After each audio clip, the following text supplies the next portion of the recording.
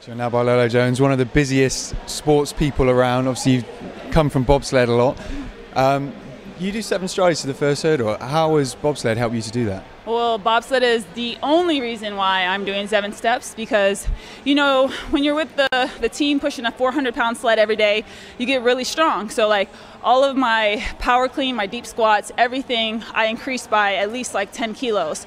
So I got really strong and I was able to transfer that to track. And so, yes, I'm the only elite hurdler that does the 7 steps. We have a jumper that will every now and then do a 7-step, but I'm the only one that's doing it on a regular basis. And as you can see, like today, the race I got out clearly, and then it's just like I'm not used to that. I'm usually like 3rd through 5th over the first hurdle, and with a 7-step, it's putting me out in front.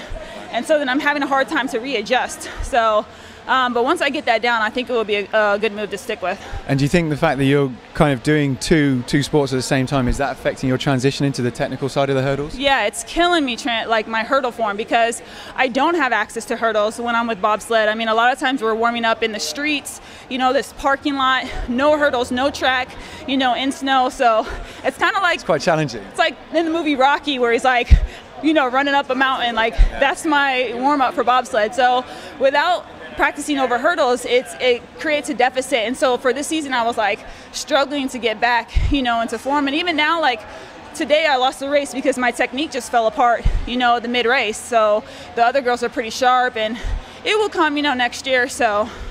And knowing that, are you going to focus more on one, or are you still going to try and combine the two? I think that I'll try to combine the two, but I can't do full seasons with bobsled. Like, I've already talked to them, maybe like do a half season, or, you know, the first part help them out, but then I'll have to, I need to get back to hurdles quicker because I need to be able to have the technique. Now, I know that when you were injured, you were doing a little bit similar to me, a bit of interviews for American TV. How am I doing? Do you have any tips? Oh, you're doing great. Yeah, you're doing good. The main tip for interviewing is to make sure your hair looks great, and yours is fabulous, so. Hey, thanks a lot for stopping to speak to us, and I'll catch you later.